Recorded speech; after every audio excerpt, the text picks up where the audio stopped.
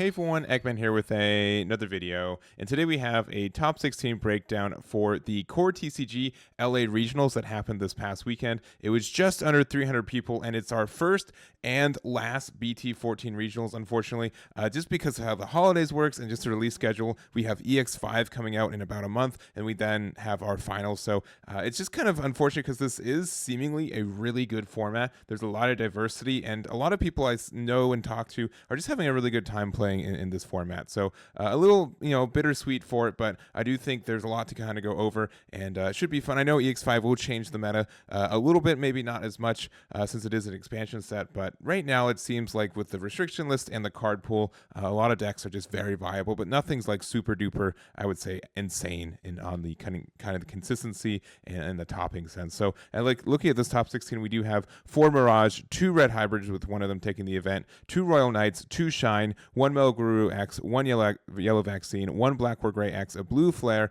a Machine Dramon, and an Alpha. So honestly, just a lot of different decks, and I think a lot of different play styles too, which is really cool. So I'm going to go over the top placing list for each one of these archetypes, and you guys again can check out all these deck lists here on my website, Eggman Events, which is linked in the description, and let's jump on into it. So first off, we have our first place Red Hybrid build. So this is Deion's build of it here, and I've been seeing a lot of the kind of standard build for this, and this is, I think, pretty close to it, but there are a couple of adds to it.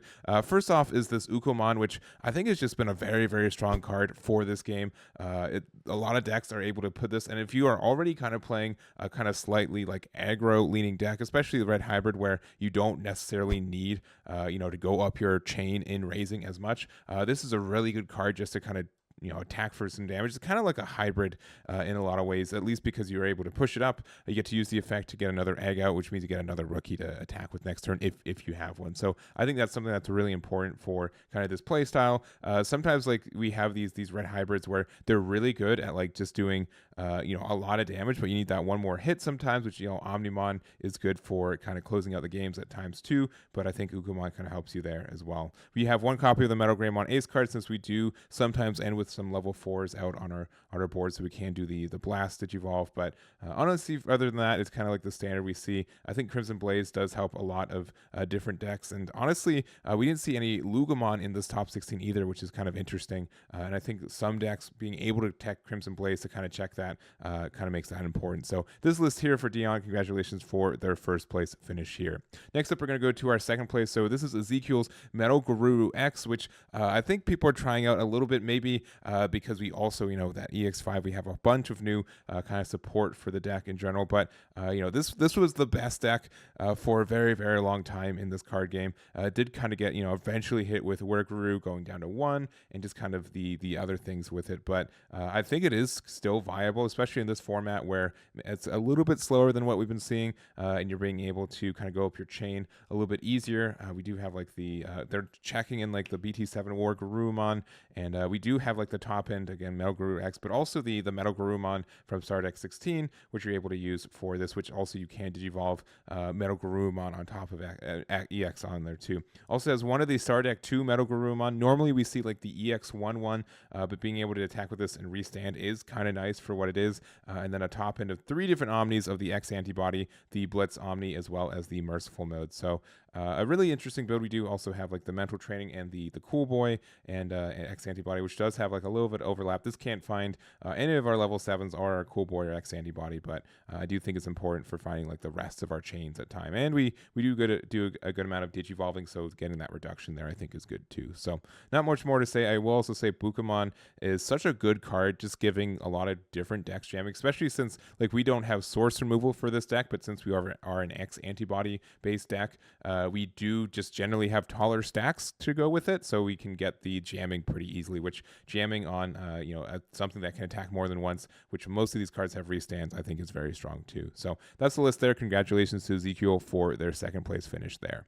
Next up, we have Javier with their third place Royal Knights, and this is kind of what we've been seeing. I think I've been seeing more Royal Knights in the last little bit, kind of at least in this month of the format, and I think it's mostly because people are kind of going back on it. I don't think as many people are playing like Psychmon. I don't think Purple has been as viable. I know Lugamon is usually around, but I don't think it's as is viable. I think the biggest thing for it is being able to when you could recycle the Psychomons and get the reduction and like just get the counteraction for this deck.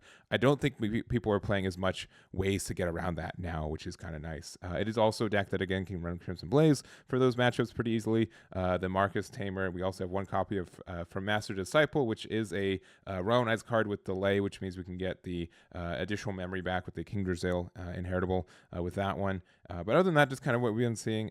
It's kind of a built deck. We have the cards that we want. We are flexing in a couple of like the Craniumon and the EX3 Examon, which are like not in the original format, like not part of this set that these came out for, but they still work because they're Royal Knights. I really do like this Examon too because it can get some interaction by attacking, which is nice, and just everything else. So not much more to say. Just congrats to Javier, and I think that Royal Knights has been like moderately viable in this format, which is really cool. At least for me, I like this deck a lot.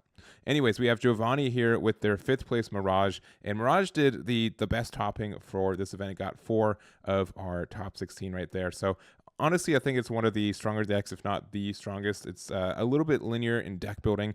Most of the builds kind of look like this. We have our good amount of Tamers. I think Gamamon is pretty common at this point. We have our Lions, usually playing a 1 or 2 hybrids as well, and then going into Zudamon Ace is usually in the deck at 2 or 3 copies, since you are able to play this outright, and you can go into a Mirage pretty quickly, or we can finish on a level 4 kind of easily in this deck too. A couple of Tamers are playing 6 because we do have the mental training. Being able to find this off that is fantastic. And then the burst mode. So you guys probably already kind of know how this deck works and have your own opinions. Not a lot of creativity left in this build, I think, just because like we know what we kind of want for this deck. It's very strong, and I think it's just in a good spot. So congratulations to Jovany for their finish there. Next up, we have Lujan with their 6th place Yellow Vaccine. And honestly, this is probably one of my favorite decks in this format. I know it's kind of like a bit similar to Security Control, and I think it's probably kind of tapering off a little bit towards the end of this set. I know at the beginning, I think people were kind of figuring out how to play against it a little bit and finding out the weaknesses to it. But it does do like a lot of broken things at times, right? Just the fact like Emissary of Hope is a very strong card. Being able to get like the, going up your Digivolution chain cheaper and getting the cycle, it's just very great. Both the TKs as well, it's just very good cards for this deck. Magna Angemon Ace is probably the best Ace card from the set. You guys can let me know if that is wrong, but I think it's very strong and has a lot of viability and a lot of yellow decks. And then like the Venusmon being able to shut things down, Seraphimon. The BT4 or Greymon is a nice little add there. We have the Death Exmon, and also we have the Carolmon Digi-Egg. I don't see this one as often, but I do like what it does. It says, once per turn, when a card is removed from your security stack, one of your Digimon gains jamming for the turn. So being able to use this to give jamming to one of our cards, including our Bulkmon, which not only is a yellow vaccine, but if you have 3 or more security, this gains security attack +1, which means very easily with this deck, you can make the Bulkmon, you can have security attack +1 jamming just champion, and that gets a lot of value for you too. So I like the idea of that. I've seen it work, and it seems very strong. Other than that, it's what we've been seeing, I think, for the deck. It has, it's very open-ended since there are a lot of yellow vaccine cards, which I think is really cool, and congratulations to Lujan for their finish there.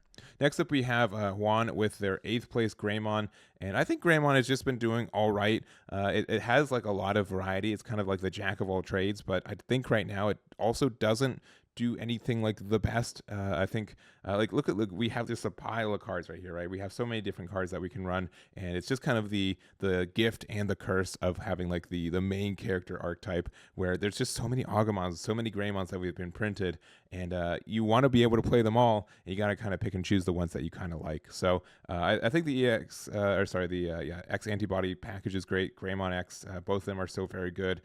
Being able to kind of get the security attack +1 off this guy. We're kind of going more into like the Metal Gray X version as well, so we're not playing any of the new cards from the Star Deck 15 besides really this tie, which I've been seeing more people do that, but since it can gain the security attack +1, but I think this one's fine too.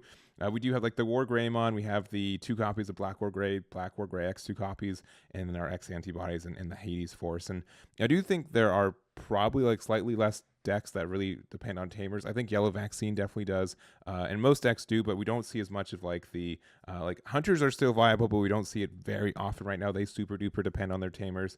Blue Flare shows up every once in a while. We'll talk about that too, but I don't think Hades Force does as much as it used to. It still is very strong, a very, very strong card, but I think because less decks are super duper tamer dependent as they used to be, I think earlier in this format, it's a little bit, it's not as great, right? Because it doesn't counter as hard as it used to. But other than that, and I think like the training options, since these decks are so multicolored in nature, the training options have a hard time finding specific cards. So this is, you're playing the red one because you want to be able to find your rookies more, but that does mean you can't find your tamers since we are playing 3 of these black tamers. So just kind of having to make a lot of compromises. I think there's a lot of different builds for Greymon, and I think that's really cool for a kind of a toolbox deck like this one. And it's cool to see. It did get an 8th place finish. I don't know. It's intimidating right now. There's so many choices for these, and it's gonna, you have to play a lot of reps to find what really works out for you. So this list here, congratulations to Juan for their finish there. Next up, we have Andrew with their 9th place Blue Flare, and I do like the changes this. I mean, again, it's just the Ukomon doing Ukomon things, because this is not like a really like what Digi A like or hybrid variant, or it's not even like a lot of rookies on this build. So being able to play this Ukomon, which lets you get that cycle and gain 1 memory, does mean a lot for this deck, which I think is important. We do then just kind of run the rest of the package. We're playing more of the aggressive variant because we are playing the Greymon with security attack +1. We are playing the Zudomon as well, which does go off the level 4s. We don't play as many of those outright. We usually just kind of jump to our level 5, right? But there are some times where I think we could end the turn with a level 4 if we want to be able to Zudomon on top. Even just playing this though for 4, I don't think is that bad, since we can Digivolve into the Z Greymon too, which is nice. It won't have anything with Blue Flare in its traits, but you would be able to like attack and then unsuspend and attack again. So this just attacking twice off of Zudomon last turn, I think is very strong too. So other than that, it's kind of what we've been seeing. There are a good amount of like staple cards for it. We're entering a little bit of removal with only 2 Soul Rise and also the Death X, and not much more kind of upper removal, but I think that's kind of okay for how this build is. So that's going to be it there. Congratulations to Andrew for their finish there. Next up, we have Kevin with Machine Dramon, and I think this is a really cool build, especially since we are kind of having like the lower end, a little bit of like the D Brigade. So we have like the Commandramon and also the High Commandramon. Being able to play like this and be able to get some additional plays off of it are nice. There's not a lot from it, but the fact that both these cards, this bomb decks it, but I believe one of these trash, right? Both put on bottom or top. Sorry, my apologies. But that does mean like you are able to see what cards you're going to draw next. And this deck doesn't get a lot of cycle until you get to like the late game. So because of that, you can kind of have a clunky hand of a bunch of your level 5s, which we have such a pile of level 5s in this one. I'm not even going to talk about all of them outright, but with more sets and we get more of these unique one-ofs that we can add to it, which helps out our Machine Dramons and everything else there. So other than that, I think this deck does, it does take a little bit of setup. I think we are in a little bit of a slower meta but some people are starting to find out that Ukomon's a very good card for aggression. But without that though, I think, if you're able to set up that the rush decks aren't able to really get around your Chaos Dramon X. So it's kind of a give and take on that one. I think it is, again, like it does have a lot of potential. It is a little bit bricky. You are a little bit maybe not as consistent as you want to be, but if you get there, you feel like you just can't lose. So that's the list there. Congratulations to Kevin for their finish. And then next up we have Cody with their 14th place Alphamon. And we've been seeing Alphamon kind of pop up every once in a while. The last one I went over, they were playing like the defensive training, but they weren't playing any of the black tamers. They're just playing the cool boys. So it's interesting to see kind of like the reverse in this one of still playing the defensive training, but only playing the black tamers. And no copies of X Antibody, no copies of Cool Boy 2, which is interesting since you are able to use that to find pretty much all your cards if you need to, since we're all X Antibody. But I think that defensive training kind of does the same thing but better. It is a delay card, but it does find a black card off the top too, which is nice. And since we don't really have as much of like the Digivolve on the same level for this deck in this build specifically, we really only have like the Dex Daruga and 1 copy of the Dex Dorogray. Cool Boy doesn't really get that many kind of effects after you kind of establish it. So I think defensive training and Black Memory Boost pretty much do the same thing but better. And they can't get popped and you know, as interacted as much right now either. So other than that, it's just kind of like what we know. We go up to our Alphamons and then we use the effects, and we can go into Ryukin, take pretty much like another turn as it is, and kind of go from there. So really cool to see the innovation. I think that makes sense for you know, if you're trying to get the consistency there, to try without the Cool Boy. I don't know. It feels weird to not have a build without Cool Boy, but you know, we definitely see Cody made it work, and just big congratulations to them there. And then lastly, we have 2 Shine Greymon lists. We have Teddy's as well as Kenneth's version here, and they got 15th and 16th place. So I want to just show both real quick, but they're pretty similar to what each other. I mean, there's not much variety in these decks, right? We kind of know how they work.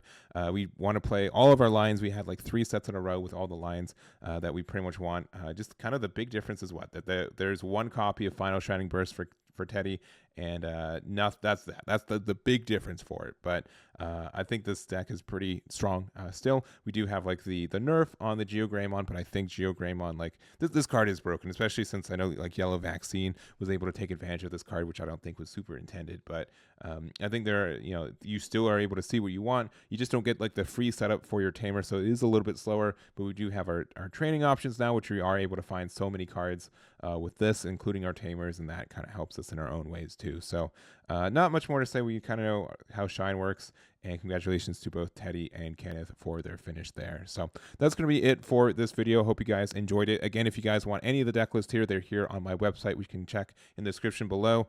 And I think that's going to be it. We're going to see what we have in the next couple weeks. We have finals, so I'm excited for that. I hope to see you guys there as well. And that's going to be it for me. So thank you guys so much for watching. I'll catch you all next time.